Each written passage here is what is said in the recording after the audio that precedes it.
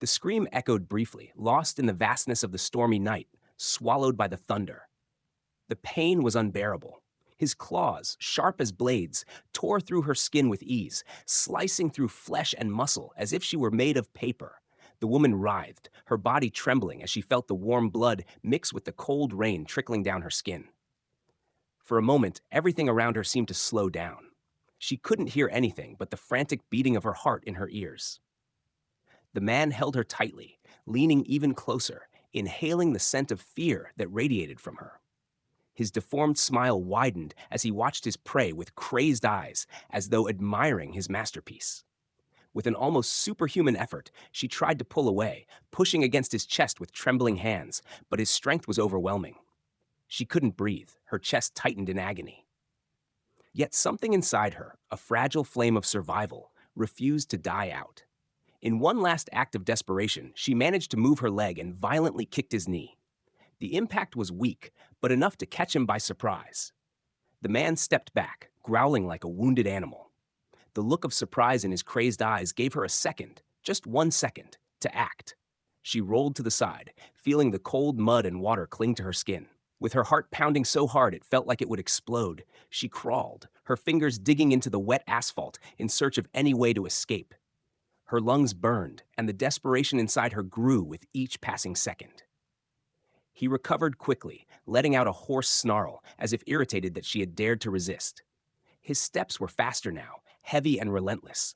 The sound of his advance blended with the noise of the rain and thunder, creating a cacophony of terror.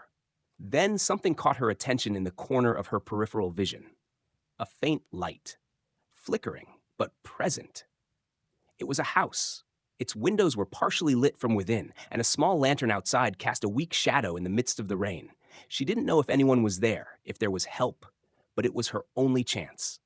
With all the strength she had left, she stood, staggering, and ran toward the house.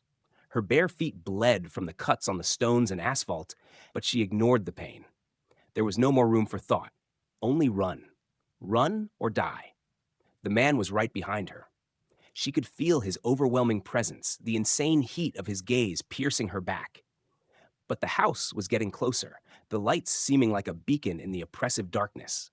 She reached the door, her soaked and slippery fingers struggling to turn the handle.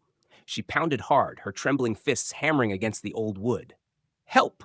she cried, her voice hoarse and desperate. "Please help me!" No response. She glanced over her shoulder and saw him. He was there, standing in the middle of the road, motionless for a moment, his head slightly tilted as if curious about her reaction. His eyes gleamed with malicious amusement as he watched. Then the door opened. An elderly woman with a wrinkled face and a stern gaze stood in the doorway, holding a lit candle in one hand. "What's going on?" the woman asked, her voice harsh and low. He's chasing me!" the woman cried, pointing to the man. But when she looked back at the road, he was gone. The street was empty.